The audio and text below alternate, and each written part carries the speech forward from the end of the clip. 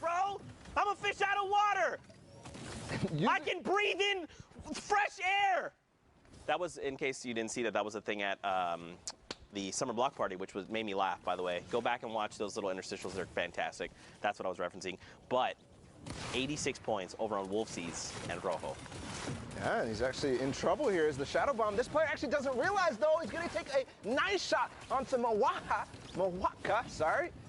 As Wolfie's making his way forward, Rojo is split, but we've seen this situation before. Again, reaching towards that 90 points right now. One more elimination is going to do it, but Rojo goes down, and it's all up to Wolfie's right now. All right, here we go. So Rojo gets picked up. But now, look, they've just hit that 90-point threshold. So let's think about this, right?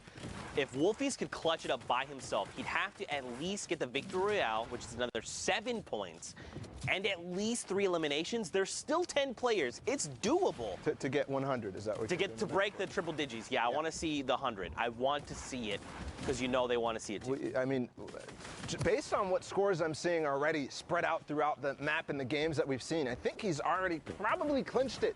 But you know, he's thinking, I have to perform the best I have ever done here. I have to win this game if I want to make it, because I don't have high ground. I don't have a teammate. I've got to do everything. I've got to take all this responsibility on my shoulder, all the pressure from all 10 weeks, and do it right now, Zeke. That's right. And you got to think they're probably saying, like, just imagine this was you on the stage of the World Cup Finals, right? Imagine you're in that moment. Take everything, all the practice, the long hours you put and dedicated to this game and focus it and hone it in right now. Wolfies, he's got 3 eliminations. Again, 94 points. If he could find 3 more eliminations, it's not enough. Confetti trades him out and shuts him down in that moment. And now it's coming down to this. It's a 2v1. Confetti and Toos. It's kind of crazy because we started World Cup in week 1 in semifinals. Toos playing in solo is actually destroying the semifinals, and now here again, ending EU. Is he going to be able to pick up this win? It could propel them up to 71 points, but it's going to happen. Ollie goes down, almost makes a hero RPG play onto Confetti. My heart dropped for a second there, but that really could be, you know, a story from the start to the finish, Zeke. Yeah. This is, I think, the only fitting thing now to do. I'm stressing out of my mind, but for now, let's send it into Pookie. She's in the studio. She's going to break down what's going on. Thank you so much, Zeke. You know what? Go get yourself a sandwich. Go get a drink of water. Calm down. I was over there. You were stressing out for sure. I am joined here with Sundown. Those games are absolutely incredible. You always putting on a show, never disappointing. Speaking of that, don't want to bring up who's going to be disappointed or excited, but we got to look at the standings. The final standings, the last 4 coming out of Europe. It's been so absurdly competitive, and let's take a look. Woo! Punch some tickets going through. Wolfies and Rojo taking the top spot. Stompy Tashinkin, Benji Fishy, and Mr. Savage don't know how to share. They're still hanging out. Had already qualified, so that means it shifts down, and we got Skype, Invato, Vorin, and Tux, and then Klusha in Singularities. Thomas HD taking up the spots, 1 point separating the difference, going through there. Saw it going down. I mean, this is nuts. So many players who we've seen. Klusha getting the double qualification going through. Shinken and Stompy not knowing how to stay off of the top. Huge runs from Sky and Vato, as well as Vorin and Tux. And then Wolfies and Rojo just dominating at the start of the day, kind of falling off, and everyone was saying, oh, can they stay up there? A huge last-minute surge, $20,000, a trip to New York City, Pooks. That's massive. Congratulations to everyone who has qualified for World Cup Finals in New York in July. I cannot wait to meet all of you, but we have some business to get down to, Sundown. Time to punch some tickets, right? Yeah, we got to punch those tickets. All right, let's get the top one right there. Congratulations, Wolfies and Rojo. We got Skyte and Vado coming out of the stream. Am I doing this one? Yeah, you can get that one as well. Split it up 2 and 2, and then get Vorin and Tux. Such a great job from Tux there. We saw a number of his plays. Vorin as well, clutching up in the end, and then rounding it out. Klusha, by the way, in Singularity. Thomas HD. Congratulations, all of you played so incredibly well. It was a great day to round it out. But again, hey, first of all, to even get to Sunday in Europe, it took 67 points in a victory royale. Like, if you were playing on Sunday, you're among the best of the best there, and just because your name isn't up here doesn't mean you're done. There's always going to be more to play for. There's always more there. And speaking of always more competitive Fortnite stuff, we recently actually just launched our own dedicated Twitter to all things competitive Fortnite. You know, let's just throw it on up there. Go ahead, give it a follow as well. It's twitter.com/FN competitive, and I mean, there's always a way to get involved. We're going to be highlighting plays, we'll be doing breakdowns, we'll be asking you who your favorite players are up there, so keep an eye out.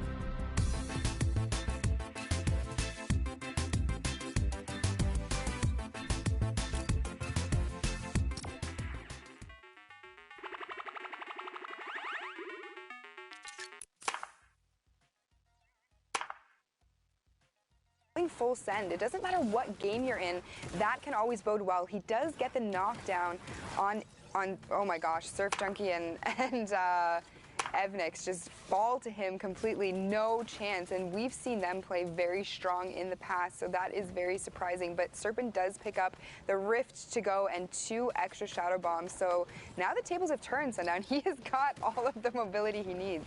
They just have so much control over this lobby now. With the high ground, they can see nobody else is even remotely close to it.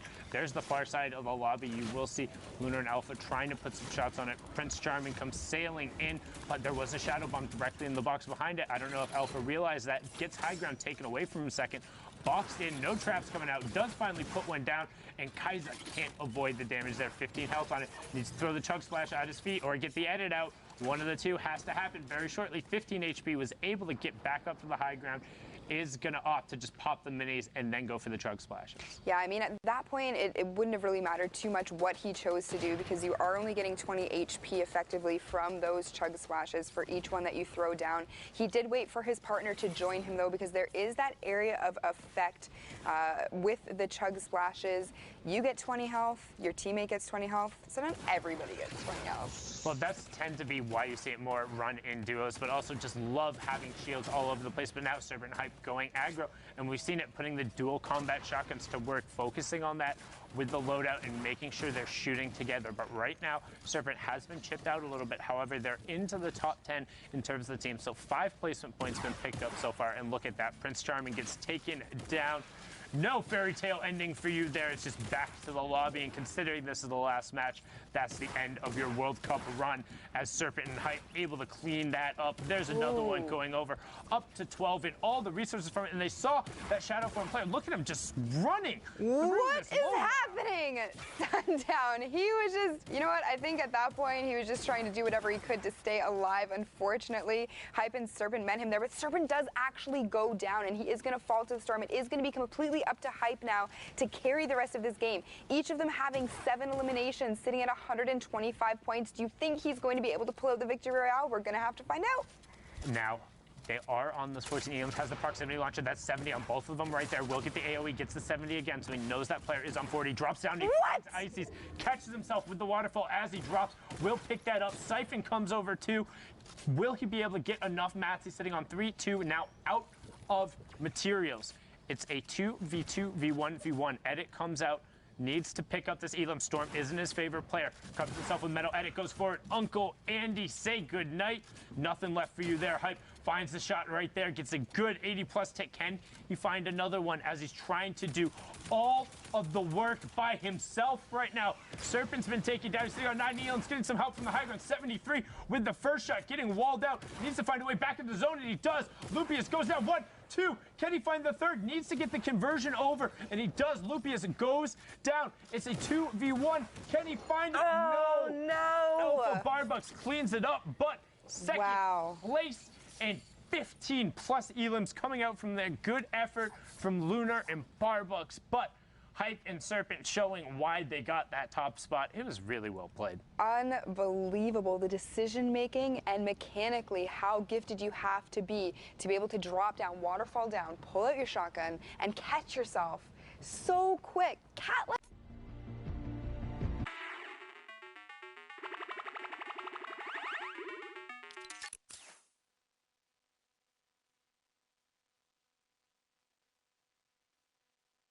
themselves up, but now we're going to hop on over to the Asia region while we see what was up with the Trigger QQ boys of the Vietnamese region, or the Vietnam country, playing on the Asia region. Apologies there, as we're on board here with Riki and Joysa. Some good shots coming out from that tactical assault rifle so far.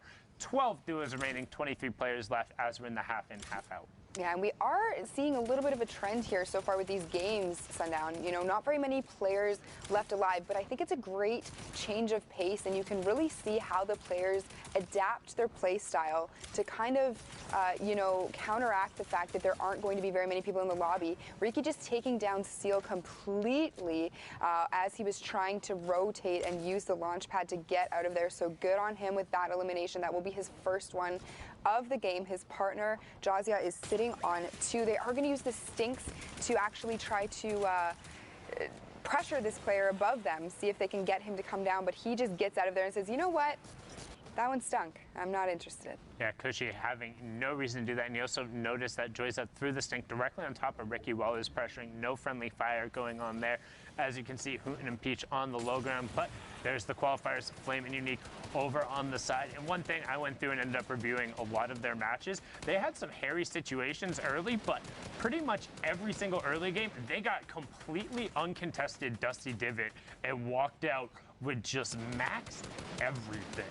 Like, it was nuts and just getting a ton of rotation, but right here you can see right now, sitting on 2 elims, have a decent amount of loot, good amount of mats, and prime area on the zone. So convert that into one onto Theo, getting a good knock with the help of the Storm, up to 66 points as we're inside that placement threshold, number 2, top 10 ticking over.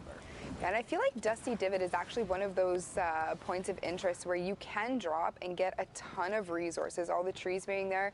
You know, some would argue that, you know, you're at a bit of a disadvantage because you are essentially, you know, not to pun, but you are in a divot. But you know what? If you can use those trees for cover, that whole area completely uncontested and player underneath him, and Ricky are going to try and isolate that player in order to convert it into an elim. Now he's going to look skyward. I figure he would want to reset that before they got too established. Nope. Instead, he's going to say, my high ground now, perfectly timed launch pad to get it right at that maximum deploy height. And now, all of a sudden, Joyza and Ricky on the high ground with a whole bunch of resources. And 12 rockets in their RPG. We've seen this time and time again. Explosives are extremely strong, but they are even stronger when they are raining down on players from ultimate high ground.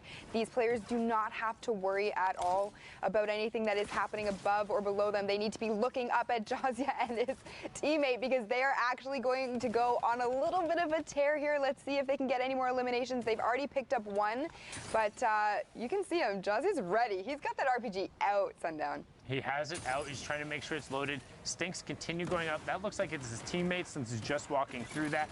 Does hit top 5 now. Ricky has taken a solid amount of damage, but continues tossing down Stinks towards the low ground, but he hasn't found anything with it. So far, they've only converted this into one, and Ricky actually got knocked Flame all of a sudden.